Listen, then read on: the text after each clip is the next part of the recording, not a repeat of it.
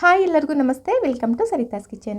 ಇವತ್ತಿನ ವಿಡಿಯೋಲಿ ನಾನು ಇಡ್ಲಿ, ವಡೆ, ಸಾಂಬಾರ್ ಈ 3 ರೆಸಿಪಿನೂ ನಿಮ್ಮ ಜೊತೆ ಶೇರ್ ಮಾಡ್ಕೊತಾ ಇದ್ದೀನಿ. ಮಲ್ಲಿಗೆ ಅಷ್ಟೇ ಸಾಫ್ಟ್ ಆಗಿರೋಂಥ ಇಡ್ಲಿ ಮತ್ತು ಮೇಲ್ಗಡೆ ಕ್ರಿಸ್ಪಿಯಾಗಿ ಒಳಗಡೆ ಸಾಫ್ಟ್ ಆಗಿರೋಂಥ ಉದ್ದಿನ ವಡೆ 100% ಹೋಟೆಲ್ ಸ್ಟೈಲ್ನಲ್ಲಿ ಸಾಂಬಾರನ್ನ ಹೇಗೆ ಮಾಡೋದು ಅಂತ ತೋರಿಸ್ಕೊಡ್ತೀನಿ ಫ್ರೆಂಡ್ಸ್. ವಿಡಿಯೋ ಕೊನೆಯ ತನಕ ನೋಡಿ. ಇಷ್ಟ ಆದರೆ ಒಂದು ಲೈಕ್ ಮಾಡಿ, ಹಾಗೆ ನಿಮ್ಮ ಫ್ರೆಂಡ್ಸ್ಗೆಲ್ಲ ಶೇರ್ ಮಾಡಿ. ಮತ್ತು ನೀವಿನ್ನೂ ನನ್ನ ಚಾನಲ್ ಸಬ್ಸ್ಕ್ರೈಬ್ ಮಾಡ್ಕೊಂಡಿಲ್ಲ ಅಂದರೆ ಇವಾಗಲೇ ಚಾನಲ್ ಸಬ್ಸ್ಕ್ರೈಬ್ ಮಾಡಿಕೊಂಡು ಪಕ್ಕದಲ್ಲೇ ಕಾಣಿಸುವಂಥ ಬೆಲ್ ಬಟನ್ ಆ್ಯಕ್ಟಿವೇಟ್ ಮಾಡಿಕೊಂಡ್ರೆ ನನ್ನ ಹೊಸ ವೀಡಿಯೋಸ್ ನೋಟಿಫಿಕೇಷನ್ಸ್ ಎಲ್ಲ ನಿಮ್ಮ ಮೊಬೈಲ್ ಬರುತ್ತೆ. ಸೊ ವಿಡಿಯೋ ಲೇಟ್ ಮಾಡೋದು ಬೇಡ, ಸ್ಟಾರ್ಟ್ ಮಾಡೋಣ ಬನ್ನಿ. ಸೊ ಇವಾಗ ಫಸ್ಟ್ ಇಡ್ಲಿಗೆ ನೆನೆಸಿಟ್ಕೊಳ್ಳೋಣ. ನಾನು ತೋರಿಸ್ತಿರೋಂಥ ಗ್ಲಾಸಲ್ಲಿ 2 ಗ್ಲಾಸಷ್ಟು ರೇಷನ್ ಅಕ್ಕಿ ತೊಗೊಂಡಿದ್ದೀನಿ, ಅಂದರೆ ಡಿಪೋ ಅಕ್ಕಿ ಅಂತಾರಲ್ಲ ಅದು 2 ಗ್ಲಾಸಷ್ಟು ತೊಗೊಂಡಿದ್ದೀನಿ. ಅದೇ ಗ್ಲಾಸಲ್ಲಿ 1 ಗ್ಲಾಸಷ್ಟು ಕುಸ್ಲಕ್ಕಿ ಕೂಡ ನಾನು ಇಲ್ಲಿ ಸೇರಿಸ್ತಾ ಇದ್ದೀನಿ. ಕುಸ್ಲಕ್ಕಿ ಹಾಕೋದ್ರಿಂದ ಇಡ್ಲಿ ತುಂಬ ಚೆನ್ನಾಗಿ ಬರುತ್ತೆ ಟೇಸ್ಟು. ಸೊ ಇದ್ರ ಜೊತೆಗೇ ಒಂದು ಅರ್ಧ ಗ್ಲಾಸಷ್ಟು, ಅಂದರೆ ನಾವು ಅಕ್ಕಿ ಅಳತೆ ತೊಗೊತೀವಲ್ಲ ಅದೇ ಗ್ಲಾಸಲ್ಲಿ ಅರ್ಧ ಗ್ಲಾಸ್ನಷ್ಟು ಉದ್ದಿನ ಕಾಳು ತೊಗೊಂಡಿದ್ದೀನಿ. ಬೇಳೆ ಸಹ ನೀವು ಹಾಕ್ಬೋದು. ಮತ್ತು ಒಂದು ಅರ್ಧ ಕಪ್ನಷ್ಟು ಸಬ್ಬಕ್ಕಿ ಹಾಕ್ತಾಯಿದ್ದೀನಿ. ಇದೆಲ್ಲ ಹಾಕಿ ಚೆನ್ನಾಗಿ ಮಿಕ್ಸ್ ಮಾಡಿಕೊಂಡು ಇದನ್ನು 3 ಅಥವಾ 4 ಸಲ ನೀರು ಹಾಕಿ ಚೆನ್ನಾಗಿ ತೊಳ್ಕೊಳ್ಳಿ. ಇಡ್ಲಿ ಮತ್ತು ದೋಸೆ ಮಾಡಬೇಕಾದ್ರೆ ಫಸ್ಟಲ್ಲೇ ಅಕ್ಕಿನ ತೊಳೆದಿಟ್ಕೊಬೇಕು. ಅಕ್ಕಿ ನೆಂದ ಮೇಲೆ ತೊಳಿಬಾರ್ದು. ಸೊ ನೋಡಿ, ಈ ಥರ ಚೆನ್ನಾಗಿ ತೊಳ್ಕೊಂಡು ಅಕ್ಕಿನ ಒಂದು 8 ಗಂಟೆ ಟೈಮು ನೆನೆಸಿಟ್ಕೊಳ್ಳಿ. ಅಂದರೆ ನಾನು ಬೆಳಗ್ಗೆನೇ ಅಕ್ಕಿ ನೆನೆಸಿಟ್ರೆ ಸಂಜೆ ರುಬ್ಕೊಂಡು ಮತ್ತೆ ನೆಕ್ಸ್ಟ್ ಡೇ ನಾವು ದೋಸೆ ಇಡ್ಲಿ ಮಾಡ್ಕೊಳ್ಳೋಕ್ಕೆ ಸರಿ ಹೋಗಿಬಿಡುತ್ತೆ. ಈಗ ನಾನು 1 ಕಪ್ಪಷ್ಟು ಉದ್ದಿನಬೇಳೆ ತೊಗೊಂಡಿದ್ದೀನಿ, ಅಂದರೆ ಉದ್ದಿನ ಕಾಳು ತೊಗೊಂಡಿದ್ದೀನಿ. 1 ಕಪ್ಪು ಉದ್ದಿನ ಕಾಳು ತೊಗೊಂಡು ಇದನ್ನು ಚೆನ್ನಾಗಿ ತೊಳ್ಕೊಬೇಕು. 2 ಅಥವಾ 3 ಸಲ ನೀಟಾಗಿ ತೊಳ್ಕೊಂಡು ಇದನ್ನು ಕೂಡ ಅಷ್ಟೇ ಫಸ್ಟಲ್ಲೇ ತೊಳೆದಿಟ್ಕೊಳ್ಳಿ. ನೆಂದ ಮೇಲೆ ಇದನ್ನು ಕೂಡ ಏನು ತೊಳೆಯೋದು ಬೇಕಾಗಲ್ಲ. ಸೊ ಇದನ್ನು ಒಂದು 2 ಅಥವಾ 3 ಸಲ ನೀರು ಹಾಕಿ ಚೆನ್ನಾಗಿ ತೊಳೆದು ಒಂದು 4 ಅಥವಾ 5 ಗಂಟೆ ಟೈಮ್ ನೆನೆಸಿಟ್ಕೊಂಡ್ರೆ ಸಾಕಾಗುತ್ತೆ. ಉದ್ದಿನಬೇಳೆ ಜಾಸ್ತಿ ನೆನೆಯೋದು ಬೇಡ, ಒಂದು 4 ರಿಂದ 5 ಗಂಟೆ ಟೈಮ್ ನೆನೆದ್ರೆ ಸಾಕಾಗುತ್ತೆ. ಸೊ ಇದನ್ನು ನೆನೆಯೋಕ್ಕೆ ಬಿಡೋಣ. ಸೊ ಇವಾಗ ಉದ್ದಿನಬೇಳೆ ಒಂದು 4 ಗಂಟೆ ಟೈಮ್ ಅಷ್ಟು ನೆನೆಸಿಟ್ಕೊಂಡಿದ್ದೀನಿ, ಅಷ್ಟೇ ಸಾಕು. ಜಾಸ್ತಿ ನೆನೆಯೋದೇನೋ ಬೇಕಾಗಲ್ಲ, ಜಸ್ಟ್ ಒಂದು 4 ಗಂಟೆ ಟೈಮ್ ನೆನೆದ್ರೆ ಸಾಕು. ನೋಡಿ, ಈ ಥರ ಉಗುರಲ್ಲಿ ಈ ಥರ ಪ್ರೆಸ್ ಮಾಡಿದಾಗ ನಮಗೆ ಈಸಿಯಾಗಿ ಉದ್ದಿನಬೇಳೆ ಕಟ್ಟಾಗೋ ಅಷ್ಟು ನೆಂದರೆ ಸಾಕಾಗುತ್ತೆ. ಸೊ ಇವಾಗ ನೀರೆಲ್ಲ ತೆಗೆದ್ಬಿಟ್ಟು ಬರೀ ಉದ್ದಿನಬೇಳೆನೇ ನಾವು ರುಬ್ಕೊಬೇಕಾಗುತ್ತೆ. ನೀರು ಹಾಕ್ದಲೇ ರುಬ್ಕೊಳ್ಳಿ ಫಸ್ಟಲ್ಲಿ. ನೀರು ಹಾಕಿದ್ರೆ ಅಷ್ಟು ಚೆನ್ನಾಗಿ ಬರಲ್ಲ ಉದ್ದಿನ ವಡೆ. ಸೊ ಅದರಿಂದ ನೀರು ಹಾಕ್ದಲೇ ಫಸ್ಟಲ್ಲಿ ಈ ಥರ ಗಟ್ಟಿಯಾಗಿ ರುಬ್ಕೊಂಡು ಒಂದು ಸ್ವಲ್ಪನೇ ನೀರು ಹಾಕಬೇಕು. ಒಂದು 3 ಅಥವಾ 4 ಟೇಬಲ್ ಸ್ಪೂನಷ್ಟು ನೀರು ಹಾಕ್ಕೊಂಡ್ರೆ ಸಾಕಾಗುತ್ತೆ. ಉದ್ದಿನಬೇಳೆ ಬರೀ ಹಾಗೆ ರುಬ್ಬೋದಕ್ಕಾಗೋದಿಲ್ಲ, ಮಿಕ್ಸಿಗೆ ಹಾಗೆ ಅಂಟ್ಕೊತಾ ಇರುತ್ತೆ. ಸೊ ಅದರಿಂದ ಒಂದು ಅರ್ಧ ಗ್ಲಾಸ್ಗಿಂತ ಸ್ವಲ್ಪ ಕಮ್ಮಿನೇ ನೀರು ಹಾಕ್ಕೊಳ್ಳಿ.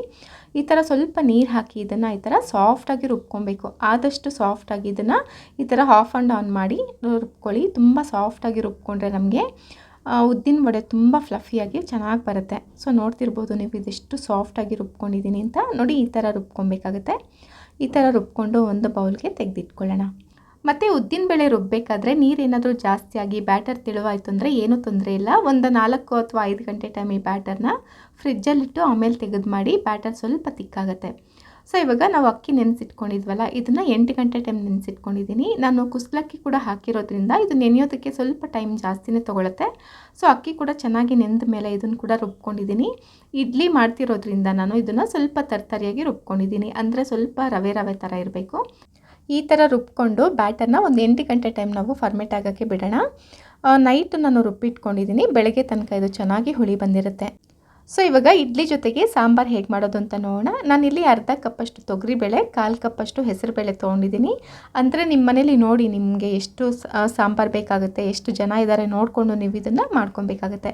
ನಾನು ಮಾಡ್ತಿರೋಂಥ ಸಾಂಬಾರು 4 ಅಥವಾ 5 ಜನಕ್ಕೆ ಆಗೋಷ್ಟು ಮಾಡ್ತಾಯಿದ್ದೀನಿ.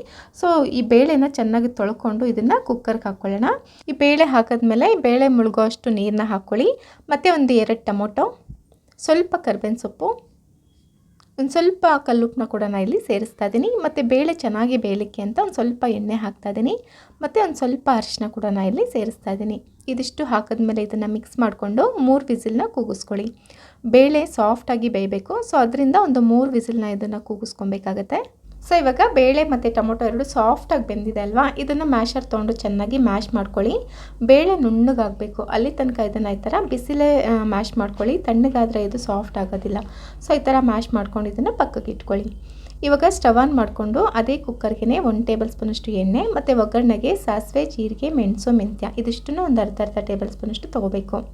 ಮೆಂತ್ಯ ಮಾತ್ರ ಒಂದು 1/4 ಟೇಬಲ್ ಸ್ಪೂನಷ್ಟು ತೊಗೊಂಡ್ರೆ ಸಾಕು.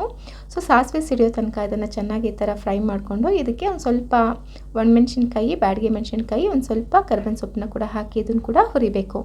ಇವಾಗ ಕ್ರಷ್ ಮಾಡಿ ಇಟ್ಕೊಂಡಿರೋಂಥ ಬೆಳ್ಳುಳ್ಳಿ ಮತ್ತು ಸಣ್ಣಗೆ ಹೆಚ್ಚಿಟ್ಕೊಂಡಿರೋಂಥ ಈರುಳ್ಳಿ ಕೂಡ ಹಾಕಿ ಇದನ್ನು ಕೂಡ ಹುರಿಬೇಕು. ಸೊ ಇವೆರಡು ಚೆನ್ನಾಗಿ ಹುರಿದಾದ್ಮೇಲೆ ನಾವು ಬೇಳೆ ಟೊಮೊಟೊ ಎರಡು ಮ್ಯಾಶ್ ಮಾಡಿ ಇಟ್ಕೊಂಡಿದ್ವಲ್ಲ ಅದನ್ನು ಇದ್ರ ಜೊತೆಗೆ ಸೇರಿಸ್ಕೊಳ್ಳೋಣ. ಇದನ್ನು ಹಾಕಿದ್ಮೇಲೆ ಒಂದು ಚಿಕ್ಕದಾಗಿರೋಂಥ ನಿಂಬೆಹಣ್ಣು ಸೈಜಷ್ಟು ಹುಣಸೆಹಣ್ಣು ಕೂಡ ನಾನು ಇಲ್ಲಿ ಸೇರಿಸ್ತಾ ಇದ್ದೀನಿ.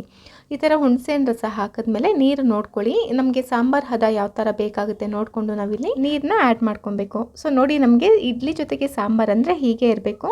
ಸೊ ಇವಾಗ ನಾವು 1 ಟೇಬಲ್ ಸ್ಪೂನಷ್ಟು ಬೇಳೆ ಸಾರಿನ ಪುಡಿ ಹಾಕ್ತಾ ಇದ್ದೀನಿ, ಅಂದರೆ ಸಾಂಬಾರು ಪೌಡರ್ 1 ಟೇಬಲ್ ಸ್ಪೂನಷ್ಟು ತೊಗೊಂಡಿದ್ದೀನಿ. ಮತ್ತು ಒಂದು ಅರ್ಧ ಟೀ ಸ್ಪೂನಷ್ಟು ಧನಿಯಾ ಪೌಡರು, ಒಂದು ಅರ್ಧ ಟೀ ಸ್ಪೂನಷ್ಟು ರೆಡ್ ಚಿಲ್ಲಿ ಪೌಡರು, ರುಚಿಗೆ ತಕ್ಕಷ್ಟು ಉಪ್ಪು ಮತ್ತು ಒಂದು ಸ್ವಲ್ಪ ಅರಿಶಿನ ಕೂಡ ನಾನು ಇಲ್ಲಿ ಸೇರಿಸ್ತಾ ಇದ್ದೀನಿ. ಸೊ ಇದಿಷ್ಟು ಹಾಕಿದ್ಮೇಲೆ ಇದನ್ನು ಚೆನ್ನಾಗಿ ಮಿಕ್ಸ್ ಮಾಡಿಕೊಂಡು ಒಂದು 2 ರಿಂದ 3 ನಿಮಿಷ ಚೆನ್ನಾಗಿ ಇದನ್ನು ಕುದಿಯೋಕ್ಕೆ ಬಿಟ್ಬಿಡಬೇಕು. ಫ್ಲೇಮ್ನ ಹೈಯಲ್ಲಿ ಇಟ್ಕೊಂಡು ಇದನ್ನು ಚೆನ್ನಾಗಿ ಕುದಿಬೇಕು. ಈ ಥರ ಕುದಿ ಬಂದಾಗ ಒಂದು ಸ್ವಲ್ಪ ಕಟ್ ಮಾಡಿ ಇಟ್ಕೊಂಡಿರೋಂಥ ಕೊತ್ತಂಬರಿ ಸೊಪ್ಪು ಕೂಡ ಹಾಕಿ ಒಂದು 2 ನಿಮಿಷ ಇದನ್ನು ಫ್ಲೇಮ್ನ ಹೈಯಲ್ಲಿ ಇಟ್ಕೊಂಡು ಕುದಿಸ್ಕೊಂಡ್ರೆ ನಮಗೆ ಹೋಟೆಲ್ ಸ್ಟೈಲಲ್ಲಿ ಸಾಂಬಾರು ರೆಡಿ ಆಗಿಬಿಡುತ್ತೆ. ಇವಾಗ ಇಡ್ಲಿ ಜೊತೆಗೆ ಸಾಂಬಾರು ರೆಡಿಯಾಗಿದೆ. ಇವಾಗ ಇಡ್ಲಿ ಬ್ಯಾಟರ್ ರೆಡಿಯಾಗಿದೆ ನೋಡೋಣ.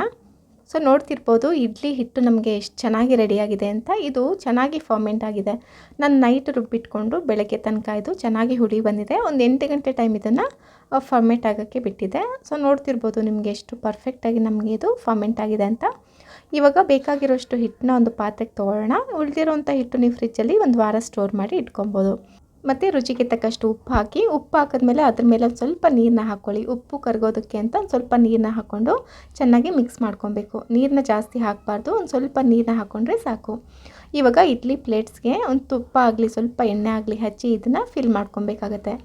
ಸೊ ಇದನ್ನು ಹಾಕಿದ್ಮೇಲೆ ನಾವು ಮೊದಲೇ ನೀರನ್ನ ಬಿಸಿ ಮಾಡೋಕ್ಕೆ ಇಟ್ಟಿದ್ದೆ, ಇದನ್ನು ಒಂದು ಸ್ಟೀಮ್ ಮಾಡ್ಕೊಳ್ಳಿ. ಒಂದು 10 ರಿಂದ 15 ನಿಮಿಷ ನಾವು ಇದನ್ನು ಬೇಯಿಸ್ಕೊಂಡ್ರೆ ನಮಗೆ ಪರ್ಫೆಕ್ಟಾಗಿ ಇಡ್ಲಿ ಸಾಫ್ಟಾಗಿ ರೆಡಿ ಆಗಿಬಿಡುತ್ತೆ. ಇವಾಗ ಒಂದು 10 ನಿಮಿಷ ಆದಮೇಲೆ ಚಾಕುಲಿ ಈ ಥರ ಇಡ್ಲಿನ ಚುಚ್ಚಿದಾಗ ಇದು ಅಂಟಿಲ್ಲ ಅಂದರೆ ನಮಗೆ ಇಡ್ಲಿ ರೆಡಿಯಾಗಿದೆ ಅಂತ. ಸೊ ಇವಾಗ ಇಡ್ಲಿ ರೆಡಿಯಾಗಿದೆ. ಸ್ಟವ್ನ ಆಫ್ ಮಾಡಿಕೊಂಡು ಲಿಡ್ನ ಕ್ಲೋಸ್ ಮಾಡಿ ಪಕ್ಕಕ್ಕೆ ಇಟ್ಕೊಳ್ಳೋಣ. ಇಡ್ಲಿ ಮತ್ತು ಸಾಂಬಾರು ಎರಡೂ ರೆಡಿಯಾಗಿದೆ. ಇವಾಗ ಉದ್ದಿನ ವಡೆ ಹೇಗೆ ಮಾಡೋದು ಅಂತ ತೋರಿಸ್ಕೊಡ್ತಾ ಇದ್ದೀನಿ. ಉದ್ದಿನ ಬೇಳೆ ನಾನು ನೈಟೇ ರುಬ್ಬಿ ರೆಡಿ ಮಾಡಿ ಫ್ರಿಜ್ಜಲ್ಲಿ ಇಟ್ಕೊಂಡಿರೋದ್ರಿಂದ ಇದು ಬ್ಯಾಟರ್ ನೋಡ್ತಿರ್ಬೋದು ಎಷ್ಟು ತಿಕ್ಕಾಗಿ ನಮಗೆ ಪರ್ಫೆಕ್ಟಾಗಿ ರೆಡಿಯಾಗಿದೆ. ಸೊ ಇದಕ್ಕೆ ಉಳಿದಿರೋಂಥ ಎಲ್ಲ ಇಂಗ್ರೀಡಿಯೆಂಟ್ಸು ಆ್ಯಡ್ ಮಾಡ್ಕೊಳ್ಳೋಣ. ರುಚಿಗೆ ತಕ್ಕಷ್ಟು ಉಪ್ಪು ಕರಗೋದಕ್ಕೆ ಅಂತ ಒಂದು ಸ್ವಲ್ಪ ನೀರು ಹಾಕ್ಕೊಳ್ಳಿ. ಡೈರೆಕ್ಟಾಗಿ ಹಾಗೆ ಮಿಕ್ಸ್ ಮಾಡಿದ್ರೆ ನಮಗೆ ಉಪ್ಪು ಸರಿಯಾಗಿ ಮಿಕ್ಸ್ ಆಗೋದಿಲ್ಲ ಬ್ಯಾಟರ್ಗೆ. ಸೊ ಅದರಿಂದ ಒಂದು ಸ್ವಲ್ಪ ನೀರು ಹಾಕಿ ಉಪ್ಪು ಕರಗೋಷ್ಟು ಮಾತ್ರ ಸ್ವಲ್ಪ ನೀರು ಹಾಕ್ಕೊಬೇಕು. ಈ ಥರ ನೀರನ್ನ ಹಾಕಿ ಇದನ್ನು ಚೆನ್ನಾಗಿ ಮಿಕ್ಸ್ ಮಾಡಿಕೊಂಡು ಸಣ್ಣದಾಗಿ ಹೆಚ್ಚಿಟ್ಕೊಂಡಿರೋಂಥ ಒಂದು ಮೀಡಿಯಮ್ ಸೈಜ್ ಈರುಳ್ಳಿನ ಹಾಕ್ತಾಯಿದ್ದೀನಿ. ಮತ್ತು ಒಂದೇ ಒಂದು ಹಸಿಮೆಣಸಿನ್ಕಾಯಿನ ಚಿಕ್ಕದಾಗಿ ಕಟ್ ಮಾಡಿ ಹಾಕ್ತಾಯಿದ್ದೀನಿ. ಮತ್ತು ಒಂದು ಅರ್ಧ ಇಂಚಷ್ಟು ಶುಂಠಿ, ಇದು ಕೂಡ ಅಷ್ಟೇ ಸಣ್ಣದಾಗಿ ಹೆಚ್ಚಿಟ್ಕೊಂಡು ಹಾಕ್ಕೊಳ್ಳಿ. ಮತ್ತು ಸ್ವಲ್ಪ ಕೊತ್ತಂಬರಿ ಸೊಪ್ಪು ಮತ್ತು ಒಂದು ಸ್ವಲ್ಪ ಕರ್ಬೇವಿನ ಸೊಪ್ಪನ್ನ ಕೂಡ ನಾನು ಇಲ್ಲಿ ಹಾಕ್ತಾಯಿದ್ದೀನಿ. ಸೊ ಇದಿಷ್ಟು ಹಾಕಿದ್ಮೇಲೆ ಒಂದು 10 ಅಥವಾ 15 ಕಾಳು ಮೆಣಸನ್ನ ಸ್ವಲ್ಪ ಕ್ರಷ್ ಮಾಡಿ ಹಾಕ್ಕೊಬೇಕು. ಹಾಗೆ ಹಾಕಬಾರ್ದು, ಚೆನ್ನಾಗಾಗಲ್ಲ. ಕ್ರಷ್ ಮಾಡಿ ಹಾಕ್ಕೊಂಡ್ರೆ ಅದ್ರ ಫ್ಲೇವರ್ ಎಲ್ಲ ಹಿಟ್ಟಿಗೆ ಚೆನ್ನಾಗಿ ಹಿಡಿಯುತ್ತೆ. ಮತ್ತು ಫ್ರೆಶ್ ಕೋಕೋನಟ್ನ ಚಿಕ್ಕದಾಗಿ ಕಟ್ ಮಾಡಿ ಹಾಕ್ಕೊಂಡು ಇದನ್ನು ಕೂಡ ಚೆನ್ನಾಗಿ ಮಿಕ್ಸ್ ಮಾಡಿಕೊಂಡ್ರೆ ನಮಗೆ ಉದ್ದಿನ ವಡೆ ಬ್ಯಾಟರ್ ರೆಡಿ ಆಗಿಬಿಡುತ್ತೆ. ಸೊ ಇದನ್ನೆಲ್ಲ ಹಾಕಿದ್ಮೇಲೆ ಚೆನ್ನಾಗಿ ಮಿಕ್ಸ್ ಮಾಡ್ಕೊಳ್ಳಿ. ಈ ಥರ ಚೆನ್ನಾಗಿ ಮಿಕ್ಸ್ ಮಾಡಿಕೊಂಡು ಟೀ ಫಿಲ್ಟರ್ ಇರುತ್ತಲ್ಲ ಇದಕ್ಕೆ ಒಂದು ಸ್ವಲ್ಪ ನೀರನ್ನ ಡಿಪ್ ಮಾಡ್ಕೊಳ್ಳಿ. ಇದನ್ನು ಹಾಕ್ಕೊಂಡು ಒಂದು ಸ್ವಲ್ಪನೇ ಇದ್ರ ಮೇಲೆ ಇಟ್ಟು ಉದ್ದಿನ ವಡೆ ಶೇಪ್ನ ನಾವು ಮಾಡ್ಕೊಬೇಕಾಗುತ್ತೆ. ಇದನ್ನು ಎಣ್ಣೆ ಕವರ್ ಮೇಲೂ ಮಾಡ್ಕೊಬೋದು. ಸೊ ಈ ಥರ ತುಂಬ ಈಸಿ ಎಲ್ಲದಕ್ಕಿಂತ. ಸೊ ಅದರಿಂದ ನಾನು ಈ ಥರನೇ ತೋರಿಸ್ಕೊಡ್ತಾ ಇದ್ದೀನಿ. ಇದನ್ನು ಡೈರೆಕ್ಟಾಗಿ ಎಣ್ಣೆಯಲ್ಲಿ ಈ ಥರ ಹಾಕಿದ್ರೆ ಉದ್ದಿನ ವಡೆ ತುಂಬ ಈಸಿಯಾಗಿ ನಾವು ಮಾಡ್ಕೊಬೋದು. ಇವಾಗ ಸ್ಟವ್ ಆನ್ ಮಾಡಿಕೊಂಡು ನಾನು ಇದು ಫ್ರೈ ಮಾಡೋಕ್ಕೆ ಬೇಕಾಗಿರೋಷ್ಟು ಎಣ್ಣೆನ ಹಾಕಿ ಮೀಡಿಯಮ್ ಫ್ಲೇಮ್ನಲ್ಲಿ ಇದನ್ನು ಫ್ರೈ ಮಾಡ್ಕೊಬೇಕು. ಒಂದೊಂದಾಗಿ ಈ ಥರ ಹಾಕಿದ್ರೆ ನಮಗೆ ತುಂಬ ಈಸಿಯಾಗಿ ಉದ್ದಿನ ವಡೆ ರೆಡಿ ಆಗಿಬಿಡುತ್ತೆ. ಉದ್ದಿನ ವಡೆ ನೋಡ್ತಿರ್ಬೋದು ಎಣ್ಣೆಗೆ ಹಾಕಿದಾಗಲೇ ಇದು ಉಬ್ಬಿ ದಪ್ಪ ಆಗುತ್ತಲ್ಲ, ಆವಾಗ ನಮಗೆ ಗೊತ್ತಾಗುತ್ತೆ ಉದ್ದಿನ ವಡೆ ನಮಗೆ ಪರ್ಫೆಕ್ಟಾಗಿ ಬಂದಿದೆ ಅಂತ. ನಾನು ಇದಕ್ಕೆ ಯಾವುದೇ ಥರ ಬೇಕಿಂಗ್ ಸೋಡಾ ಹಾಕಿಲ್ಲ, ಆದರೂ ಕೂಡ ನೋಡಿ ನಮಗೆ ಎಷ್ಟು ಪರ್ಫೆಕ್ಟಾಗಿ ಉದ್ದಿನ ವಡೆ ಅನ್ನೋದು ರೆಡಿಯಾಗಿದೆ. ಇದು ಮೀಡಿಯಮ್ ಫ್ಲೇಮ್ನಲ್ಲಿ ಎರಡೂ ಕಡೆಯೂ ಗೋಲ್ಡನ್ ಕಲರ್ ಬರೋ ತನಕ ಎಲ್ಲನೂ ಇದೇ ಥರನೇ ನಾವು ಫ್ರೈ ಮಾಡಿಕೊಂಡ್ರೆ ಸೂಪರ್ ಟೇಸ್ಟಿಯಾಗಿರೋಂಥ ಉದ್ದಿನ ವಡೆ ರೆಡಿ ಆಗಿಬಿಡುತ್ತೆ. ಇದು ಒಳಗಡೆ ಎಲ್ಲ ಸಾಫ್ಟಾಗಿ ಮೇಲ್ಗಡೆ ತುಂಬ ಕ್ರಿಸ್ಪಿಯಾಗಿ ಸೂಪರ್ ಟೇಸ್ಟಿಯಾಗಿ ರೆಡಿಯಾಗಿದೆ. ನಾನು ತೋರಿಸ್ಕೊಟ್ಟಿರೋ ಥರ ಈ ಥರ ಒಂದು ಸಲ ಟ್ರೈ ಮಾಡಿ ನೋಡಿ. ಯಾವುದೇ ರೀತಿ ಎಣ್ಣೆ ಅನ್ನೋದು ಹೀರ್ಕೊಳ್ಳಲ್ಲ. ಉದ್ದಿನ ವಡೆ ತುಂಬ ಕ್ರಿಸ್ಪಿಯಾಗಿ ಸೂಪರ್ ಟೇಸ್ಟಿಯಾಗಿ ರೆಡಿಯಾಗಿದೆ. ಕೆಲವೊಂದು ಸಲ ಉದ್ದಿನ ವಡೆ ಮಾಡಬೇಕಾದ್ರೆ ಎಣ್ಣೆ ಅನ್ನೋದು ತುಂಬ ಹೀರ್ಕೊಂಡ್ಬಿಡುತ್ತೆ. ಸೊ ನಾನು ತೋರಿಸ್ಕೊಟ್ಟಿರೋ ಥರ ಒಂದು ಸಲ ಟ್ರೈ ಮಾಡಿ ನೋಡಿ. ಒಂದು ಸ್ವಲ್ಪನೂ ಎಣ್ಣೆ ಅನ್ನೋದು ಹೀರ್ಕೊಳ್ಳೋದಿಲ್ಲ. ನೀವು ಈ ವಿಡಿಯೋ ಕ್ಲಿಪ್ಪಿಂಗಲ್ಲಿ ನೋಡ್ತಿರ್ಬೋದು ಉದ್ದಿನ ವಡೆ ಎಷ್ಟು ಪರ್ಫೆಕ್ಟಾಗಿ ನಮಗೆ ರೆಡಿಯಾಗಿದೆ ಅಂತ. ಸೊ ಡೆಫಿನೆಟಾಗಿ ನೀವು ಒಂದು ಸಲ ಈ ಥರ ಟ್ರೈ ಮಾಡಿ ನೋಡಿ. ಇವಾಗ ಇಡ್ಲಿನೂ ಅಷ್ಟೇ ನಮಗೆ ಎಷ್ಟು ಪರ್ಫೆಕ್ಟಾಗಿ ಸ್ಪಾಂಜಿಯಾಗಿ ಬಂದಿದೆ. ಇದನ್ನು ಕೈಗೆ ತೊಗೊಂಡು ತೋರಿಸ್ತೀನಿ ನೋಡಿ ಎಷ್ಟು ಸಾಫ್ಟಾಗಿ ಬಂದಿದೆ. ನಾವು ಕುಸಲಕ್ಕಿನೂ ಹಾಕಿರೋದ್ರಿಂದ ಇಡ್ಲಿ ತುಂಬ ಫ್ಲಫಿಯಾಗಿ ತುಂಬ ಸಾಫ್ಟಾಗಿ ತುಂಬ ಚೆನ್ನಾಗಿ ಬಂದಿದೆ.